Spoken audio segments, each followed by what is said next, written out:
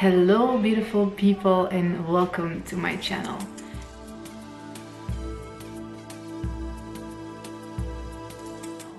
Today I thought I could talk a little bit about the journey I've been going through the last couple of months. As some of you may or may not know, I lost my mom very unexpectedly last year due to a very aggressive brain tumor, and none of us saw it coming, and it was just the most horrific thing that ever happened in my life, and it was a huge struggle for me. I'll link the video here on top so you can check it out if you want to know more about my story and why it is actually that I'm doing all of this.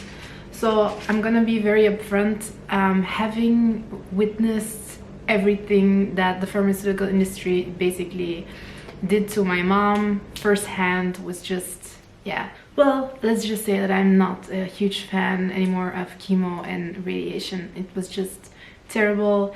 I'm not going to elaborate too much on that topic right now. If you want to know more, you can watch the other video. Today I want to talk more about the decisions I've made for myself personally last year to grow as a person, mentally and physically. Because after what happened with my mom, I was basically just sitting on the couch, not taking care of my body at all. I was eating the worst crap junk food that you could possibly find. I was drinking so much alcohol, trying to forget what happened, and I was basically just done with life. I was like, I don't need this anymore, I don't want to be here anymore. Yeah, still quite emotional for me to talk about, but every day I get stronger. I decided to book a trip to Bali. I was like, I have nothing to lose. If I die, I just die, you know. I felt like it didn't matter to me, so then I might as well just take a risk and go do something. So I decided to go to Bali for a month by myself, and I wanted to first have something fixed, you know, like a retreat or something where I didn't have to move too much. I could just relax, and I could just, you know, be in a safe setting and just acclimate a little bit, and then decide afterwards what would be my next move. So I decided to go to a raw vegan detox retreat, and I did this for a whole week. It was basically raw juicing in the morning. You start your day with a long walk through the rice fields, watch the sunset, and then had yoga. It was really nice. I had so much hope for this vegan approach, and I thought it was going to do miracles for my body, but it didn't make me feel any better. I had been suffering from psoriasis on my elbows for the last 10 years already, and it just got really bad. Still only on my elbows, a little patch on my face, but it was very, like, it had grown and it was very active. And this was actually after this week of just detoxing, and I got colonic hydrotherapies every day. For people that don't know what that is, it's basically, well, they stick a tube up your bum and they take out all the old feces that are inside and all of that, and it's basically like, it's a huge detoxing for your body. And I got like I got 6 of these colonics, and still I was having so much digestive issues, and my energy was very low. I felt just very lethargic. I didn't have any energy to get up and do sightseeing. I was in Ubud, and I ended up only going to the monkey forest and like taking a couple of strolls around the retreat, and that was basically all I did. I was just, I don't know, it was a combination of just jet lag and detoxing, but just also the vegan approach wasn't working for me at all. And I started doing so much research because I knew that I had leaky gut for sure. I wanted to know where this psoriasis was coming from. It was just such a weird disease. I had gone to the dermatologist, she gave me a steroid cream, and I was like, why are we treating the symptoms rather than the cause? And so again, yeah, I did just so much research and ended up finding that it's a reaction. Basically, it's an autoimmune disease. I already knew that, but how do you get an autoimmune disease? By having a leaky gut. So toxins end up in your bloodstream, and your body basically attacks them as being like invaders in the system. So I ended up finding the GAPS diet, which is basically abbreviation for gut and psychology syndrome diet. And it's a diet invented by Dr. Natasha Campbell-McBride, and she wrote a book on this. It's called The Gut and Psychology Syndrome, this one. This one is in Dutch because, well, I'm from Belgium, and I thought that maybe some of the content was going to be quite technical, so it would be easy for me to have it in my mother tongue. But this, guys, has become my personal Bible, okay? This basically says that you need to strip out everything you have in your diet and start from the beginning. It's kind of like an elimination diet. For people that know the specific carbohydrate diet, it's quite similar to that one. You just narrow down your carbs way down. No more processed carbs in your diet, in your regimen whatsoever. And you start basically with the introduction diet that contains of 5 phases. In the beginning, you're doing nothing but making your own broth, like stock, meat stock, chicken stock, whatever, and you're just drinking that. And the collagen inside the stock is so healing for the inside of your gut, for the lining of your gut, and it will basically heal the gut after a while. And you strip the diet of all fibers, because what you're doing is giving your gut a break from digesting all the time. We think fiber, that's the way to go, but in the end, when your body is already sick from having so many toxins in your surrounding for so long, and you keep on just putting so much pressure on your gut for like it has to be digesting all the time and working all the time to break down everything, it's just it's not good for your gut if you want to heal it. So I started doing this diet, and I want to talk about this briefly because I did notice some benefits. Why I said that this is my personal Bible now is because this is about eliminating toxins in your surrounding. Okay, so one of them is food, obviously. So it talks about only having grass-fed beef that didn't get any antibiotics. You know, just it's about going back to nature, going back to basics as much as possible. So you start to take out the toxins in your cosmetics, in your cleaning products. You know, it's about being in touch with nature, going outside, being in touch with animals, you know, all that stuff. And it just really resonated with me and what I stand for and what I believe in. It was, for me, it was an amazing discovery. And I've read this book several times already, and I'll go back to it and like look up stuff. And I just love everything that it says. So I noticed my psoriasis on my elbows was going way down, which is a sign of inflammation in my body going down. And I want to show you guys, I don't know if you can see it, it was here, but it's very, I like to call it inactive because I know it's still in my body, but it's not so present right now. So to me, that's a good sign. My energy had been down for so long, and it started to go up again. I felt like going outside again and going for walks, and you know, whatever, even went for a run. It really, like, my energy levels were starting to go up. My sleep has been very good. I fall asleep, I wake up in the morning, and that's that. But I had different reasons as to why I wanted to do this diet.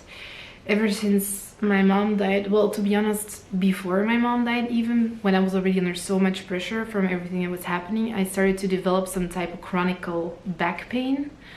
And I felt that my immune system was just low all the time, and I started to get more and more allergic reactions to my surroundings. I don't know what it is. It could be, you know, pollution in the air or anything, but I would start to get, like, my nose would get like dripping, and my eyes would start to burn a little, and just like this scratchy throat all the time. And I felt like that didn't really improve that much. I do want to say that Dr. Natasha promotes this diet, which I think is very realistic because we've been intoxicating our bodies for so long and harming it for so long. She says this diet, for you to heal completely, takes up to 1.5 to 2 years. Again, makes total sense to me. I'm always someone that wants to see fast results, and I felt like it set my expectations. It was more realistic this time frame, but I didn't really feel the inflammation. I'm sure that what I feel in my back is inflammation. It's chronic, and it goes like this, you know, it goes with ups and downs. So I didn't really feel that much difference. I felt it a little, but it was still there. And if I were to eat something, you know, I started implementing foods again in my diet as suggested by the introduction diet, and for me it was still kind of hard to figure out what it is that I was allergic to or that caused this reaction in my body. So it's really just, it's a very long discovery journey to get to know your body and what you can and cannot have, basically. So yeah, so I kept on doing some more research, and I ended up finding the carnivore diet, and I follow a lot of people on that, and I just find that what they're saying is super interesting. It's basically taking the GAPS diet to a next level, honestly, because GAPS diet, after a while, it's pretty extensive what you can eat. You know, you can have vegetables. In the beginning you just need to cook them, you know, strip out all the fiber, but after a while you start going back to vegetables as well. Still the emphasis is on the meats, obviously, all types of animal products, but you'll also have nuts, and you'll have seeds, and you know, you can have olive oil and all of that. And the carnivore diet is really about having animal produce only.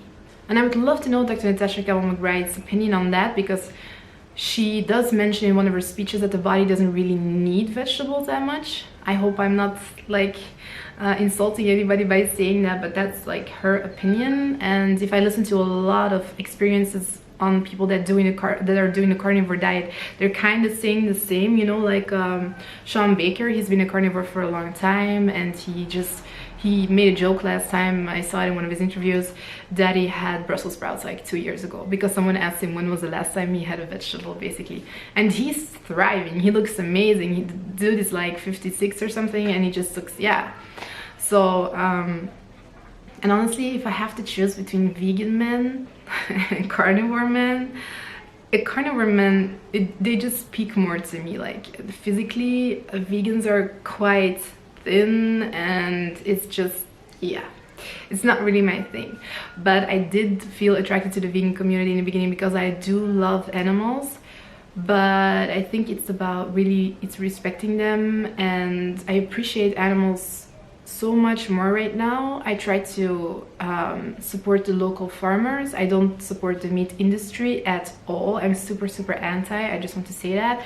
I don't like the idea of like animals getting mistreated, and I feel like they should all have a good life. So me buying grass-fed beef, for example, or me buying free-range chickens just shows that, yeah, that I support the approach of these farmers towards animals so much more. And yeah, so I am right now transitioning to a carnivore diet, which means only meat. I have eggs from my neighbor. He has his chickens just running around loose on the patio and on the grass and just having a jolly good time. And yeah, so, and you can totally see the egg yolk, the color is so deep orange, and you can just see it's packed with nutrients. Yeah, I feel that for me this is really the way to go. It was quite funny actually with the whole corona thing happening. I totally stocked up on vegetables. I got like carrots and celeries and all that, because I was first, like when I was still doing the gaps, I was also juicing, and I bought a shitload of vegetables, and now I'm like, okay, I don't think that vegetables for me are the way to go. I still feel the inflammation in my body, so I want to start doing this carnivore diet. So that's why I was still postponing it a little bit, so I can like get through the vegetables. But then yesterday I decided to have a big juice. It was like pineapple, carrots, celery. I added a green apple. I think I added ginger, beetroot.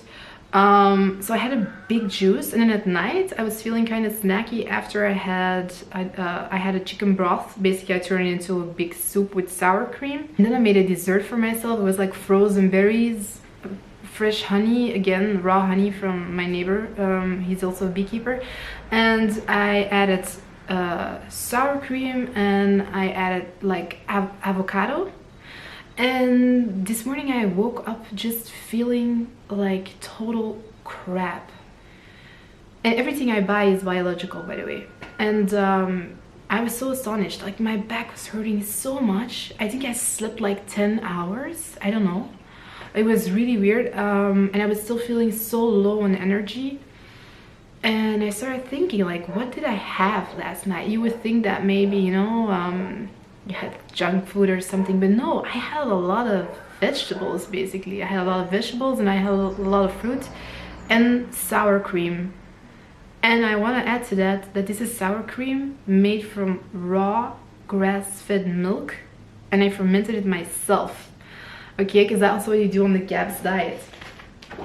I bought this Heal Your Guts health book, and they teach you how to ferment everything. They do mention that you might have intolerances, so maybe you have to take something out of your diet and introduce it later on again. So I feel I'm gonna be doing a kind of a combination of the GAPS and the carnivore diet in a way that is possible, because I do believe that you know, eating a lot of fermented stuff is very good for the guts. It's been explained multiple times in this book as well as on so many websites. I also read into Dr. Gerson's therapy with coffee enemas. That's when I started to implement coffee enemas, and I have to say I've seen my skin clear up so much. My hair is like more shiny.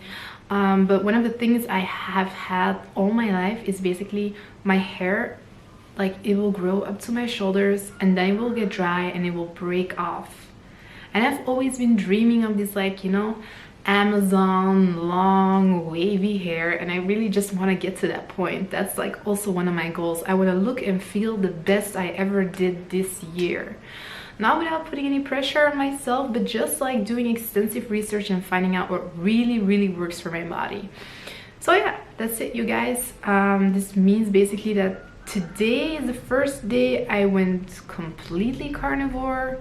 And I'm gonna be updating you guys on this stuff. Like this video if you like the content. If you also feel like we don't need to go that industrial anymore, we need to start supporting smaller farmers, and we need to go back to the basics and get more in touch with our food, what we eat, what we put into our mouth, and just be more aware of everything that's happening instead of just going to the supermarket and buying some plastic packaged thing that had a horrible life, that doesn't have any flavor or nutrients. You know, I don't believe in that stuff. I believe in just really going for wholesome food. So yeah, guys, that was basically it. I think I've been rambling on for way too long, so I'm gonna have to cut out some serious pieces of this video. But I want to thank you guys so much for watching, and subscribe if you like my channel, if you like the content that I'm bringing. Let me know in the comments down below if you want to know anything more about GAPS, if you want to know anything more about carnivore, if there's a specific video you want to see about this stuff, just let me know.